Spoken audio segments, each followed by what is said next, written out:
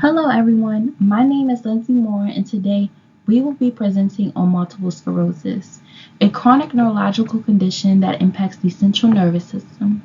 Multiple sclerosis is known for its unpredictable nature and its ability to cause a wide range of symptoms, often leading to neurological disability. Our group will walk you through various aspects of multiple sclerosis, from its definition to its subtypes, clinical presentation, diagnoses, treatments, and nursing interventions. To start, I'll be discussing multiple sclerosis definition, its etiology, and the pathophysiology that explains how the disease affects the body. After that, my team members will cover the subtypes of multiple sclerosis, clinical presentation, diagnoses, and finally, treatment options and nursing interventions. Let's begin by understanding what multiple sclerosis is and how it affects the body. Next, let's discuss the etiology or the cause of multiple sclerosis. While the exact cause of multiple sclerosis remains unknown, it is believed to be an autoimmune disorder. In multiple sclerosis, the body's immune system mistakenly attacks its own tissues, specifically the myelin and the central nervous system. There are several risk factors that may contribute to the development of multiple sclerosis, including a genetic predisposition, which makes certain individuals more likely to develop the disease, as well as potential triggers like viral infections, trauma, and even exposure to heavy metals. These factors may cause the immune system to malfunction, leading to damage to the central nervous system. Although multiple sclerosis is not directly inherited, genetics seem to play a role in its development. The risk of developing multiple sclerosis increases in people with a family history of the disease, though many people with a genetic predisposition never develop multiple sclerosis. It's more common in individuals of Northern European descent, but people of all ethnicities, including African, Asian, and Hispanic populations, can also develop the disorder. Interestingly, multiple sclerosis is more prevalent in regions farther from the equator, suggesting environmental factors may play a role. Additionally, multiple sclerosis commonly affects young adults, typically between the ages of 18 to 48, and is more prevalent in women with a ratio of 2 to 1 compared to men.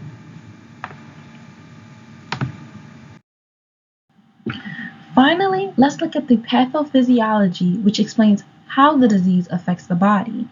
In multiple sclerosis, T cells, a type of white blood cell, becomes abnormally activated and attacks the myelin in the central nervous system. This leads to inflammation and destruction of the myelin, which normally protects and insulates nerve fibers. The damage to the myelin disrupts the conduction of nerve impulses, resulting in a wide variety of neurological symptoms seen in multiple sclerosis patients. Over time, the damage may become more permanent, leading to fibrosis or scar tissue formation in the affected areas. The disease primarily affects the white matter of the central nervous system, but it can also involve the gray matter. The optic nerves, which are responsible for vision, are particularly vulnerable to the damage because they're heavily myelinated, which is why visual disturbances are often one of the first symptoms. In some cases, the inflammation can resolve, the areas of damage may heal, leading to remission. However, in other cases, the damage is irreversible and fibrotic scarring disrupts normal nerve function, leading to a more severe and permanent disability. The affected neurons lead to sensory and motor issues, such as visual disturbances, motor issues, weakness, and balance problems. Hi, I'm April, and we're going to get into the subtypes of multiple sclerosis. In majority, 80% of cases, multiple sclerosis first shows up as clinically isolated syndrome where it acutely attacks one or more parts of the central nervous system. That was sourced from Capriati 2020. This first instance of MS is usually paired with optic neuritis since there's a good amount of myelin sheathing around the optic nerves. The next kind, relapsing remitting multiple sclerosis, evolves from CIS and can take anywhere from months to years to be onset. It's the most common, with 85% of MS patients having it Capriati 2020, and the exacerbation periods lasting anywhere between weeks to 3 months can appear every 1 to 3 years. The patients with relapsing remitting multiple sclerosis get periods where the symptoms and signs improve and or disappear for a bit. There's a ratio of 2 to 1 for females to males who get this variation of MS. In its active periods, autoimmune lymphocytes cross the blood-brain barrier, which triggers inflammation, oxidative damage, mitochondrial injury, and development of the characteristic MS plaque in the brain, Capriati 2020. Next, there is secondary progressive multiple sclerosis. This SPMS evolves from RRMS 10 to 15 years later and further damages nerve axons in the white and gray brain matter, Capriati 2020.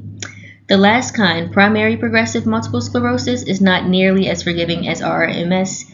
PPMS affects 10 to 15% of patients with MS, Capriati 2020, and these patients get no period of remission, unfortunately. This happens right after CIS, and it's usually because of the spinal cord disease. The patients who tend to get this are around 40 years old, and there's a 1-to-1 ratio of males to females. Multiple sclerosis, or MS, cannot be diagnosed based on a single episode of symptoms, and that's because symptoms alone only serve as clues. They aren't definitive. To confirm the diagnosis, clinicians look for lesions caused by demyelination, which are visible through imaging, particularly MRI scans, and these scans reveal the characteristic MS plaques. Another key diagnostic standard is the McDonald criteria. These include a combination of neurological exam findings, patient-reported symptoms, and MRI evidence of disease activity over time. While blood tests for multiple sclerosis often appear normal, they're still essential to help rule out other conditions, such as autoimmune diseases, infections like Lyme disease, thyroid abnormalities, and even vitamin B12 deficiency. Cerebral spinal fluid analysis is also important. The presence of oligoclonal bands and elevated immunoglobulin G levels is found in the majority of patients with multiple sclerosis. About 90 to 95% have oligoclonal bands, and 70 to 90% have elevated immunoglobulin G levels. Finally, evoked potentials can be used to evaluate how well the central nervous system responds to stimuli, offering further evidence of multiple sclerosis-related damage. To dive into the nursing considerations of multiple sclerosis. As a nurse, I'll want to consider the assessment of my patient. This will include looking into my patient's medical history to get an understanding of potential risk factors, or if the patient was previously diagnosed and how long have they had multiple sclerosis, what type of MS do they have, and also assessing their needs based on Maslow's hierarchy. With MS, I will want to look at how the patient breathes and how they swallow, because I have to keep in mind that the disease is a neuromuscular one, so it can affect the esophagus and diaphragm's functions. I also will assess how the patient moves and speaks, because that will give me a little insight to how their neurons are communicating. As a nurse, I also must think about optimal interventions. Since MS is so widely varying in the path it takes amongst individuals, I would first take the information I collected from assessing my patient and then use that to guide my next steps. I would educate the patient on the disease, telling them which subtype they have and how we determined that from viewing their symptoms and scans, and I would both give the patient our suggested treatments while also listening to any feedback that the patient has. I want my patient to understand that MS has no cure, but we can and will treat them to make them as comfortable as possible. After educating and treating the patient, I would then regroup with the patient and see if we agree that the care plan is moving along efficiently. Because of the unfortunate fact of there being no cure, and with it being a progressive disease, a long-term care plan will most likely have to be discussed.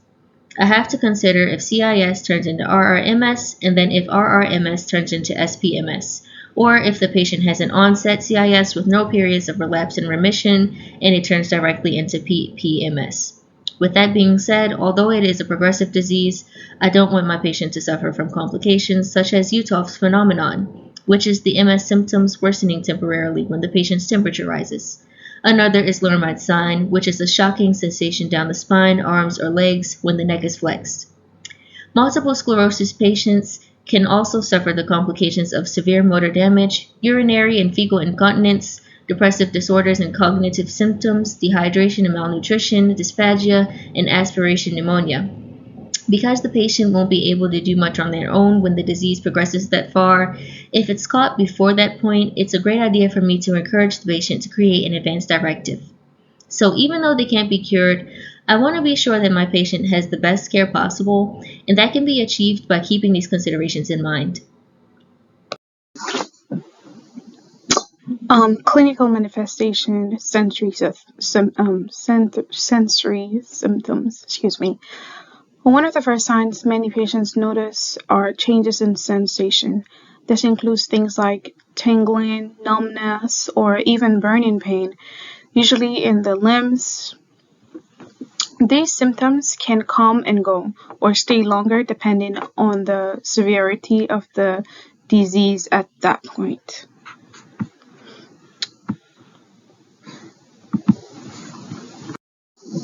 Clinical manifestations, motor symptoms, are also very common. Patients might experience muscle weakness, stiffness, or even problems with coordination over time.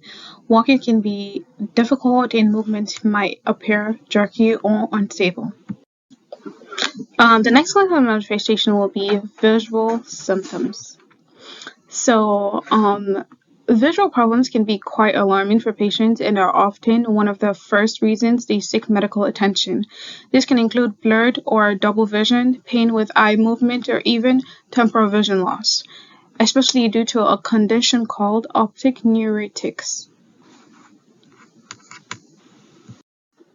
The next clinical manifestation will be cognitive and emotional. So MS doesn't just affect the body, it can impact the mind as well. Cognitive changes might include trouble concentrating, forgetfulness, or slowed thinking emotionally. Patients might experience mood swings, depression, anxiety, which can make managing the condition even more challenging. While MS has no current cure yet, there are disease-modifying therapies that help reduce the frequency and severity of relapses. These modifications work by altering how the immune system functions to prevent further damage. They don't reverse the damage that's already been done, but they do help slow the progression of the disease. Besides DMTs, from the previous slides, symptoms management plays a big role in MS treatment. These can include medications for muscle stiffness, fatigue, bladder issues, or mood problems. Physical therapy is also key to maintaining mobility and independence. Lifestyle and supportive therapies. All well-rounded lifestyles can make a huge difference for some when living with multiple sclerosis. Regular exercises, a healthy diet, and stress management all plays important roles. Support groups, counseling, and assistive devices can also help patients stay mentally strong and physically mobile. Prognosis and outlook. MS is very unpredictable. Some people have mild symptoms for many years, while others may progress more rapidly. The good news is, with early treatment and support, many people live active, fulfilling lives, and with new research and therapies development, the future is becoming brighter for MS patients. Thanks for viewing our presentation on multiple sclerosis. We hope you enjoyed learning about this progressive, neurodegenerative, potentially autoimmune disease. We've included references here that were used throughout this presentation. They provide more in-depth information on the topics we discussed today and are great resources if you like to explore MS further.